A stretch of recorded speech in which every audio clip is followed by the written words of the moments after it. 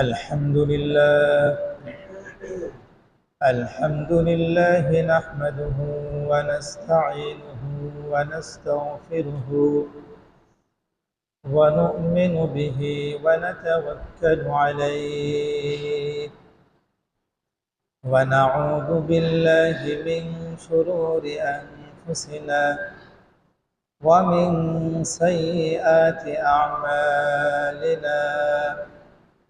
من يهده الله فلا مضل له ومن يضلله فلا هادي له، ونشهد أن لا إله إلا الله وحده لا شريك له، ونشهد أن سيدنا وسندنا وحبيبنا وطبيب قلوبنا ومولانا محمد الذي أرسله الله تعالى بالحق بشيرا ونذيرا وداعيا إلى الله بإذنه وسراجا وقمرا منيرا. أما بعد فأعوذ بالله من الشيطان الرجيم. بسم الله الرحمن الرحيم. يا أيها الذين آمنوا بالله ورسوله صدق الله العظيم. اللهم صل على سيدنا محمد وعلى آل سيدنا محمد كما صليت على سيدنا إبراهيم وعلى آل سيدنا إبراهيم إنك حميد مجيد. اللهم بارك على سيدنا محمد وعلى آل سيدنا محمد كما باركت على سيدنا إبراهيم وعلى آل سيدنا إبراهيم إنك حميد مجيد. معزز محترم মুসল্লিয়ান کرام, আল্লাহ রব্বুল আলামিনের দরবারে লাখ কোটি শুকরিয়া যে তিনি দয়া করে মায়া করে মহব্বত করে ভালোবেসে সালাতুল জুমা আদায় করার জন্য তার ঘর মসজিদে আসার তৌফিক দান করেছেন। এই জন্য আমরা একবার অন্তরের অন্তঃস্থল থেকে শুকরিয়া জ্ঞাপন করি আলহামদুলিল্লাহ। সম্মানিত উপস্থিতি, যে আয়াতে কারিমা আপনাদের সম্মুখে তেলাওয়াত করা হয়েছে, এই আয়াত আল্লাহ রাব্বুল আলামিন ঈমানদারদেরকে সম্বোধন করে বলছেন, হে ঈমানদাররা, তোমরা আল্লাহ ও তার রাসূলের প্রতি ঈমান আনো। আশ্চর্যের বিষয় হচ্ছে, যেখানে ঈমানদারদেরকে আল্লাহ ও তার রাসূলের প্রতি ঈমান আনতে বলেছে, এভাবে বলেন নাই যে ইয়া আইয়ুহান নাস, হে লোকেরা তোমরা আল্লাহ আল্লাহ রাসূলের প্রতি ঈমান আনো, বা ইয়া আইয়ুহাল্লাযীনা কাফারু, হে কাফেররা তোমরা আল্লাহ আল্লাহ রাসূলের প্রতি ঈমান আনো, এভাবে বলেন নাই। বরং ঈমানদারদেরকে আল্লাহ ও তার রাসূলের প্রতি ঈমান আনতে বলেছে। এখানে দ্বিতীয়বার যে ঈমান আনতে বললেন, যারা ঈমানদার তারা তো আগে একবার ঈমান এনেছেন, আবার ঈমান আনতে বললেন, এর রহস্য কি?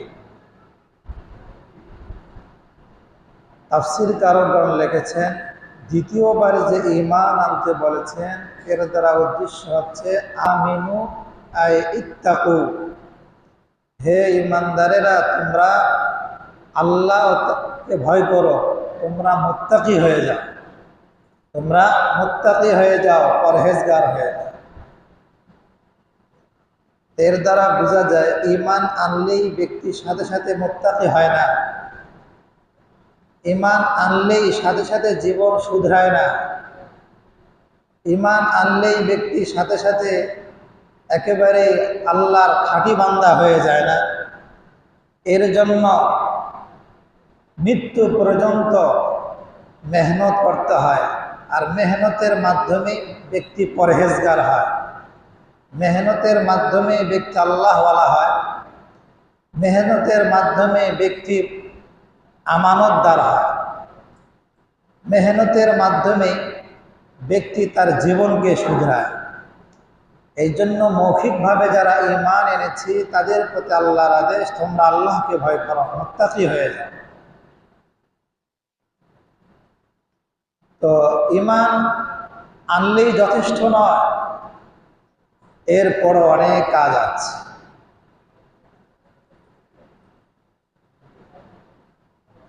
জবানের মাধ্যমে যে ঈমান আমরা আনলাম, মৌখিকভাবে যে স্বীকারোক্তি দিলাম, এই মৌখিকভাবে স্বীকারোক্তি দেওয়া এটা বড় কোনো বিষয় নয়। মৌখিক স্বীকারোক্তির অর্থ হলো সে ইসলামের সীমানায় প্রথম কদম রাখল। মৌখিক স্বীকারোক্তির অর্থ ইসলামের সীমানায় প্রথম কদম রাখা। তাকে কামেল বা পূর্ণাঙ্গ ঈমান সৃষ্টি করতে হলে ব্যক্তিকে আমালে সালেহা অবলম্বন করতে হবে। আমালে সালেহা, নেক আমল অবলম্বন করা ছাড়া কোনো ব্যক্তি কামেল মুমিন হতে পারবে না। একটা হচ্ছে মুখে বলে দেওয়া, আর এক হচ্ছে অন্তর থেকে বলে দেওয়া। এই দুটোর মাঝে অনেক পার্থক্য রয়েছে। মুখে বলা সহজ, যে কোনো জিনিস মুখে বলে দেওয়া যায়, কিন্তু অন্তরে বলা কঠিন। কারণ অন্তর থেকে যেটা হয় এটার প্রতিফলন ঘটে, আর মুখে যেটা বলে এটার প্রতিফলন ঘটে না। এই জন্যই বলে কথা ও কাজে মিল থাকা চাই। আজ আমরা ঈমানদার, ঈমানের দাবি কি? ইকরার বিল লিসান, তাসদীক বিল জানান। ইকরার বিল লিসান হচ্ছে মৌখিকভাবে স্বীকারোক্তি দেওয়া। পৃথিবীতে যত মানুষ মৌখিকভাবে লা ইলাহা ইল্লাল্লাহ মুহাম্মাদুর রাসূলুল্লাহ বলেছেন, প্রত্যেকেই এক দলের মধ্যে আছেন, আর এর মধ্যে কোনো স্তর নাই, এর মধ্যে কোনো স্তর নাই।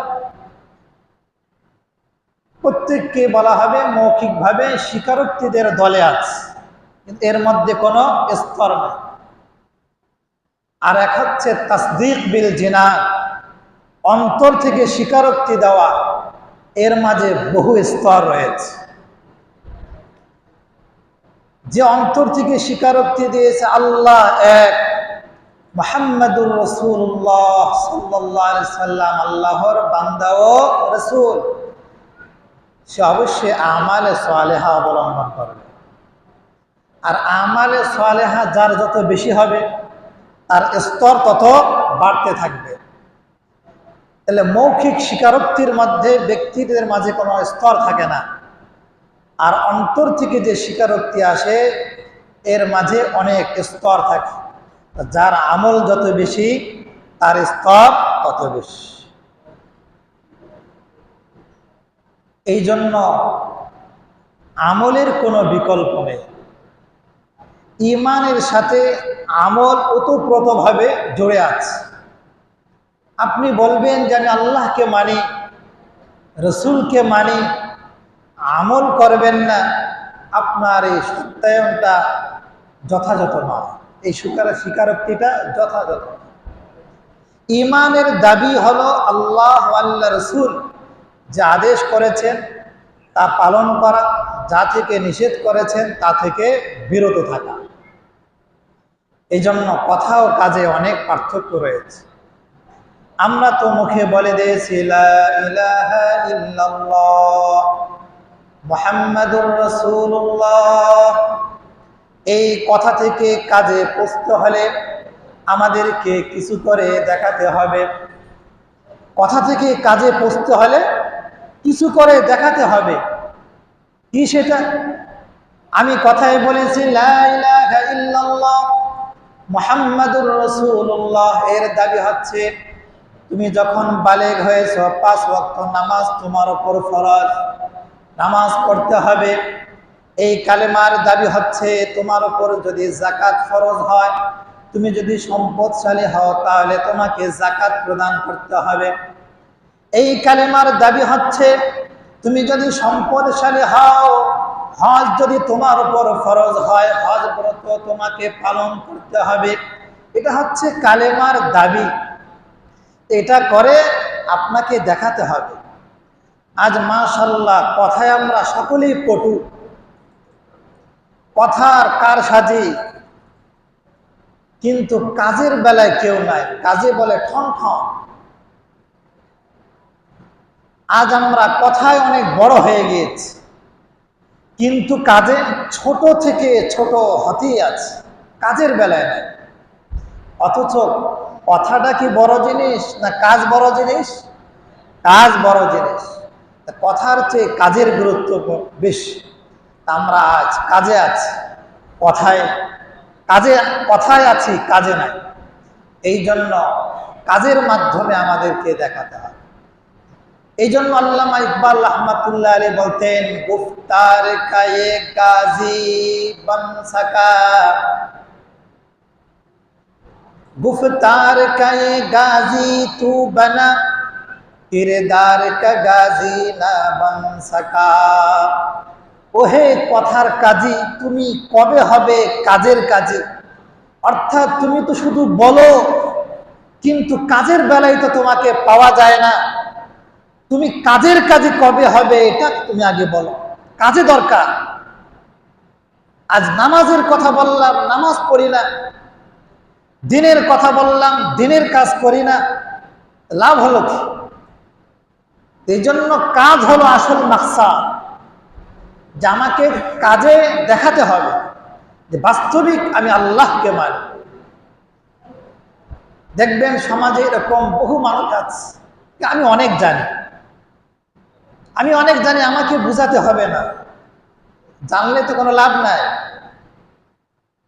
কাজে দেখাতে হবে যে আসলে আপনি জানেন কিনা।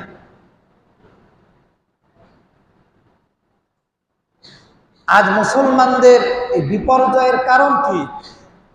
কারণ মুসলমানের আজ কাজ নাই, কাজের বেলায় মুসলমান নাই, এরা শুধু কথায় আছে। এই জন্যই মুসলমানদের আজ বিপর্যয়।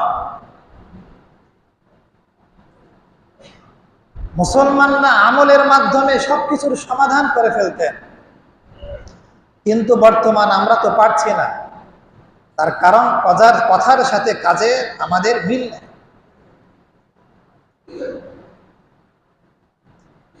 मस्जिद तो बना दी शबे भर में ईमान वालों ने, मस्जिद तो बना दी शबे भर में ईमान की हरारत वालों ने, मन अपना पुराना पापी है बरसों में नमाजी बन ना सका। আগেকার লোকেরা এক নিশিরাতেই মসজিদ গড়ে দিয়েছেন, এক রাতের চোখের পানিতে আল্লাহ ওয়ালা হয়ে গিয়েছে। আর আমরা এমন পাপী, বছরের পর বছর যায়, একটা সেজদাও আল্লাহর জন্য হয়, নামাজি হইতে পারি না। কত পার্থক্য! এক নিশিরাতে তারা মসজিদ গড়ে দিয়েছে, পৃথিবীর মানচিত্রকে বদলে ফেলেছে। আজ বছরের পর বছর যায়, কিন্তু আমরা নামাজি হতে পারি না।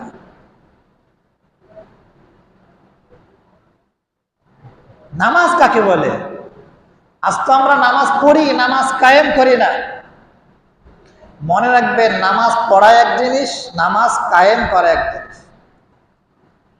কোরআনের পড়তে পড়তে নামাজ কায়েমের কথা বলা হয়েছে, নামাজ পড়ার কথা কোথাও বলা হয় না। কায়েম করো, কায়েম কি জিনিস আর পড়া কি জিনিস? নামাজে দাঁড়ালাম, তাকবীরে তাহরিম আল্লাহু আকবার বলেছি কিনা আমি জানি না। ইমাম সাহেব কখন সূরা ফাতিহা শেষ করলো তাও জানি না। রুকুতে যাওয়ার সময় আল্লাহু আকবার আমি নিজে বলেছি কিনা তাও জানি না। রুকুতে গিয়ে তাসবিহ পড়লাম কিনা তারও খবর নাই। নামাজ কয় রাকাত হলো তারও খবর নাই। এটাকে বলে নামাজ পড়া। এটাই হচ্ছে নামাজ পড়া। এই নামাজ পড়া আল্লাহর দরবারে গৃহীত হয় না, কবুল হয় না। নামাজ কায়েম কি জিনিস? নামাজ কায়েম হচ্ছে যেখানে আমার দেহের জিকির থাকবে, দেহের অঙ্গ প্রত্যঙ্গের জিকির থাকবে, জবানের জিকির থাকবে, কলবের জিকির থাকবে। দেহের জিকির কি? আমি আল্লাহর সামনে যে দাঁড়িয়েছি এটা আমার স্মৃতিতে থাকবে, আমি এখন আল্লাহর সামনে দাঁড়ানো আছি প্রতি মুহূর্তে। হাতের জিকির কি? এই যে হাত তাকবীরে তাহরিমার সময় হাত উত্তোলন করা, হাত যে আমি বাঁধতেছি আল্লাহু আকবার যে বলতেছি এটা স্মরণে থাকবে। জবানের তাসবিহ আল্লাহু আকবার যে আমি বলতেছি জবান দিয়ে, এটা হচ্ছে জবানের জিকির। তাহলে কানের জিকির কি নামাজে? আমি যা পড়তেছি, যা শুনতেছি, ইমাম থেকে শুনতেছি কানের জিকির। রুকুতে যাওয়ার সময় আল্লাহু আকবার বলতেছি, জবান